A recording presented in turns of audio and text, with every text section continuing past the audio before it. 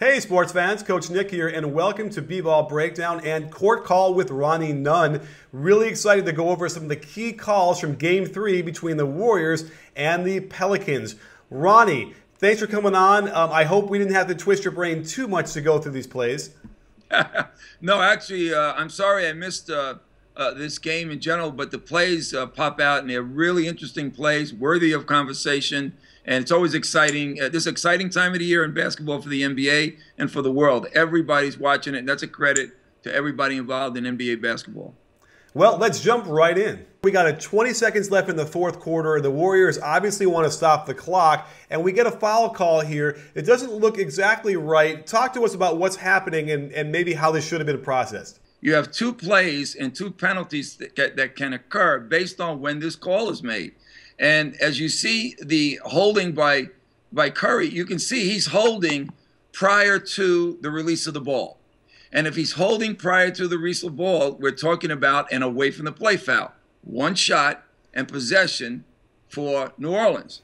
If you call the play after the release of the ball, which was called, then the penalty is less profound. It's, if they're in the penalty, a two-shot foul, line up and play basketball. So one has possession and a one-shot, and two just has a two-shot foul if the team is in the penalty. And I'm suspecting that they're in the penalty with 20.1 seconds remaining. Or actually, this was a foul to give, interestingly enough. The thing here is that, you know, they have a referee. I guess the referee at the half-court line is, I don't know, eight feet away, and he's got the clearest view of them all of anything.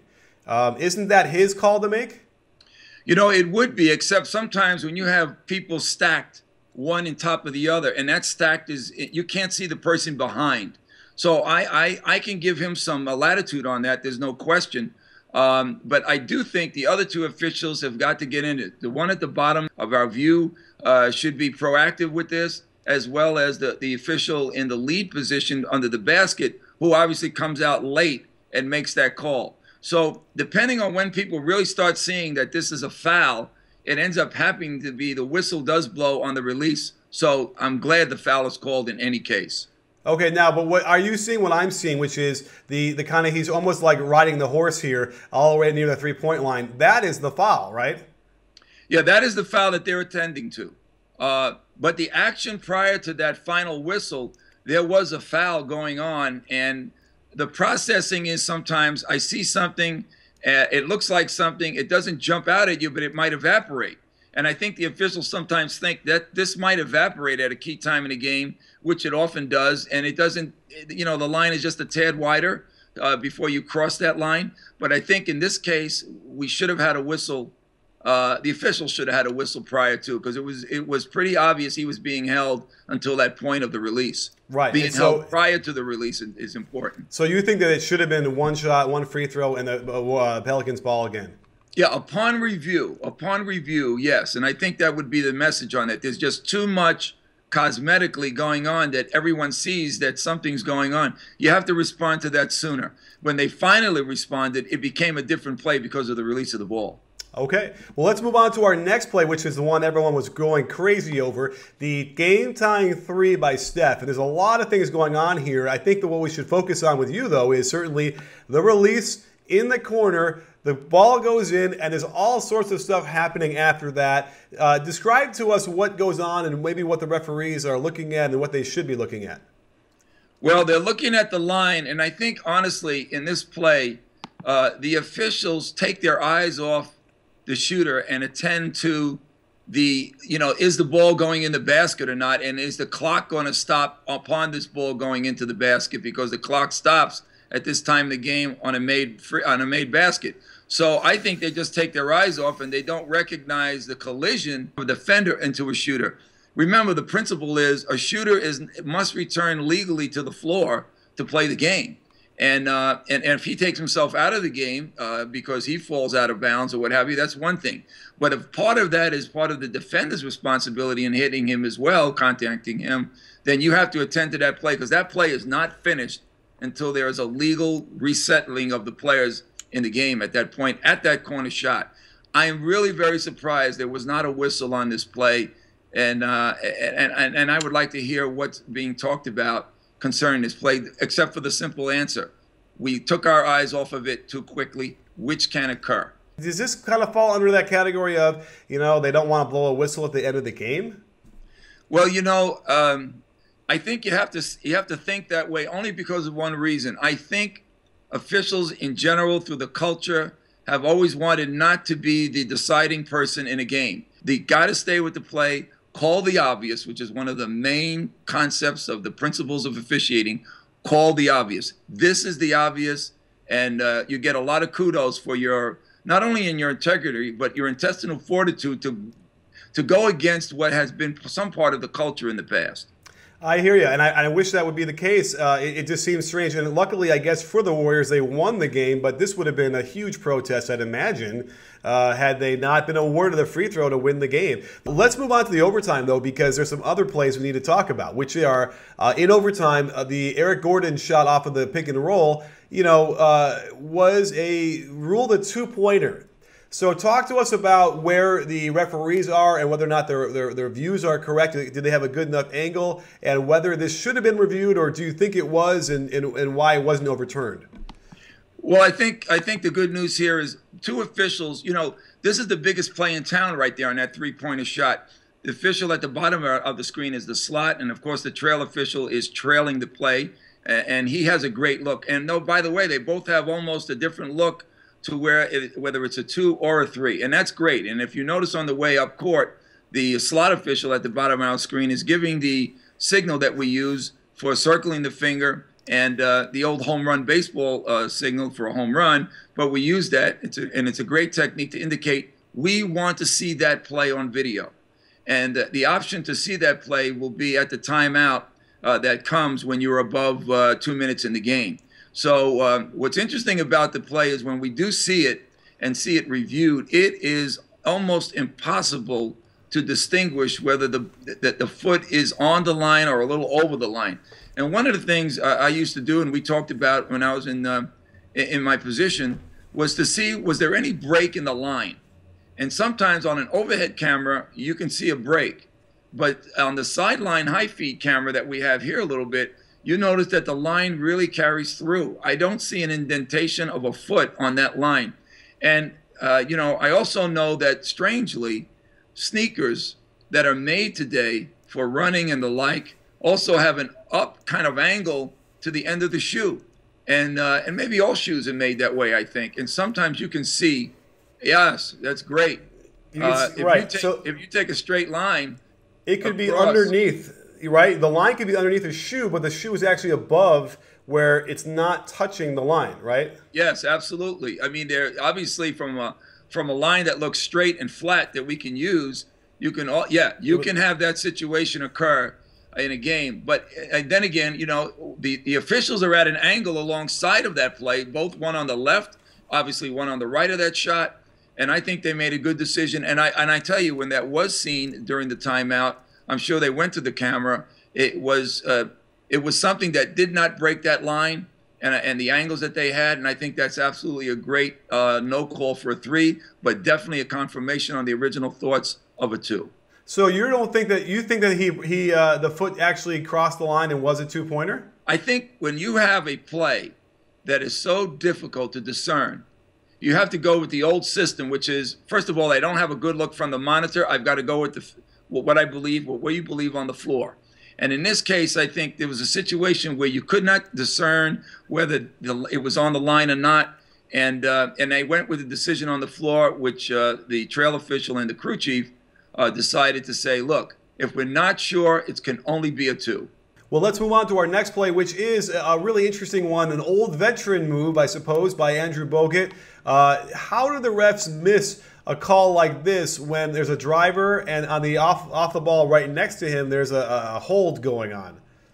Well, again, this is another example of the need to have two officials on a play on a drive to the basket.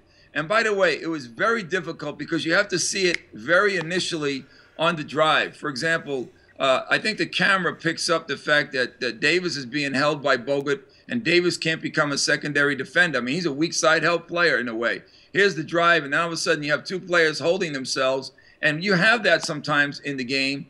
in rebounding. You have it at different places, and it's understood except for one thing.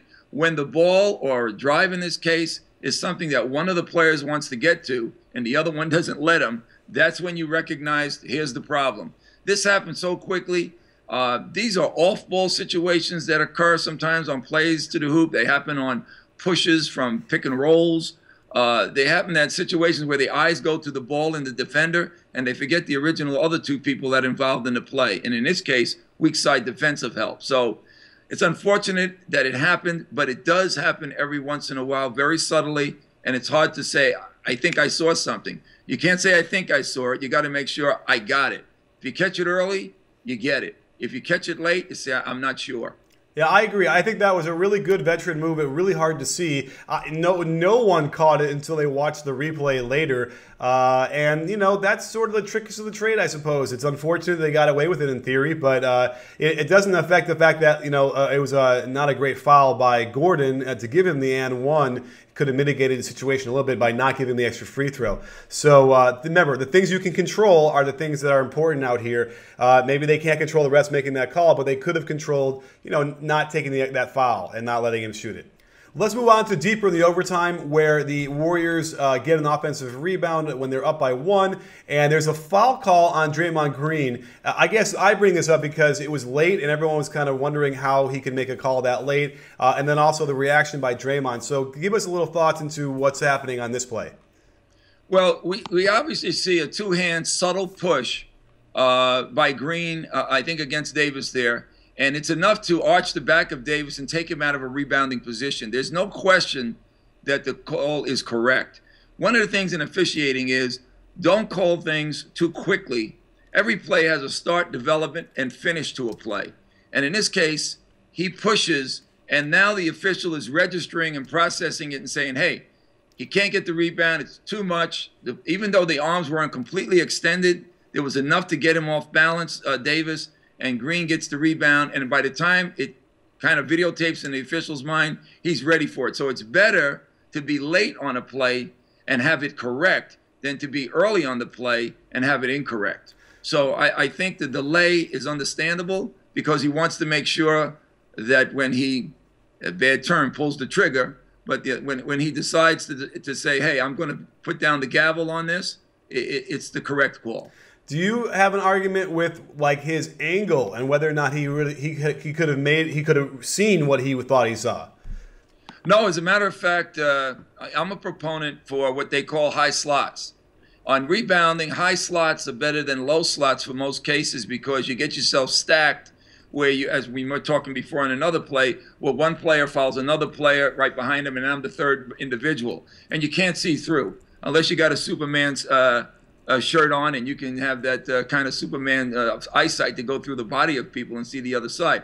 In this case, I like high slots on rebounding.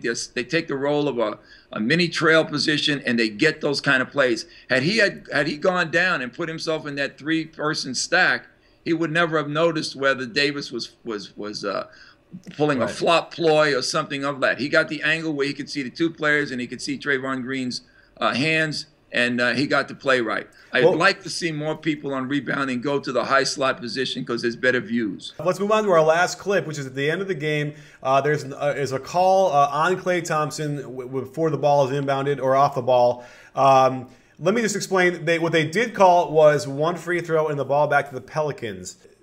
Talk to us about what that call means, what the rule is, and whether or not they got it right. Well, you know, when you have this is an away from the play foul that they called during, this is different than the throw-in. This is in the last 2 minutes of play. A player in this case was dribbling. And when you call an away from the play foul, it really has to be away from the play, meaning there was no offensive structure here going on to where there's a screen and then there's a guy going to pop out. All of that is part of the play.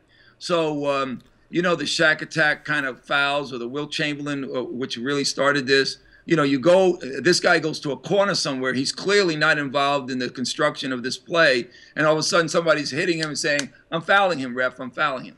So here you don't see the intentional type of fouling that you might see. This player is still part of the play. Obviously, they ruled that it was away from the play. But if you're around as long as I am, you know where the history of that play comes from. And you could not discern whether this player was actually away from the action. He was part of the action of this play. And I don't think if they look at it and think of that along those confines, that they would have recognized this as just a regular foul. And again, either we're going to shoot a penalty or we're going to have a throw-in again. But instead, the more severe penalty was away from the play. One shot for the offended team, and obviously the ball back. And that's a big, big play. Right, because I feel like I've seen this before where if you can't, under 2 minutes, take that foul on DeAndre Jordan now, well, if he's involved in a pin down with the ball on the screen, you could kind of foul him there, right, and take it, and it would simply be a regular foul, 2 free throws like normal. Yeah, and for some reason, they didn't realize that play is an expanded play, as you mentioned, and I kept using the word construction, but it's in the offensive set that he's part of this somehow, and I think a regular foul here would have been appropriate. Now, if this was a throw-in play and the ball had not been released on that foul, then there's no question you have what we also call under that category away from the play, and that would have been a one shot with the time remaining under 2 minutes, 1+ possession. So 2 shots above 40, that's 46 minutes, but between 46 and 48, it's 1+ possession. So this is what they apparently called, and I don't think this is the play that you want in this situation because you can't discern whether the player is completely out of the mix. Well, interestingly enough, this game was really intense when it didn't look like it was going to be. And it seemed to me that the Warriors kind of ended up, getting the shorter end of the stick on some of these calls, but they did win the game. So I feel like maybe that kind of balanced it all out. Luckily, you'd hate to see it where they get 3 or 4 of them, head scratchers, and then lose. So, all is well in the basketball land, I guess, for now. Hopefully we can get these things straightened out and not have any more issues in the playoffs, certainly when the stakes are as high as they are. Well, there's no question that these plays are going to be sent out to the entire playoff staff to make sure that these kind of plays don't get behind us and get camouflaged looking like something else. They are what they are. There'll be a reinforcement of that to make sure we don't have those type incidents that, by the way, these plays were not difficult, all in all. You can call these plays and everybody understands them and just call them as they should be. So, this is what happens in the game sometimes. All's well that ends well. And by the way, yes, there is a relief that Golden State won this game. So, lucky. And now, by the way, that reduces the chaos and the review for the officials. It gives them a breath of air again because something like this is very, very important in their reputation. Your reputation is on the line every game. No matter what level you are, your reputation is on the line, and who you are as an official and who you are as a crew. Wise words from a wise man. Ronnie, thanks for joining us. And don't forget, sports fans, at BBallBreakdown, we're not a channel, we're a conversation. You in? You in, Ronnie? I am in, Coach. Thank you.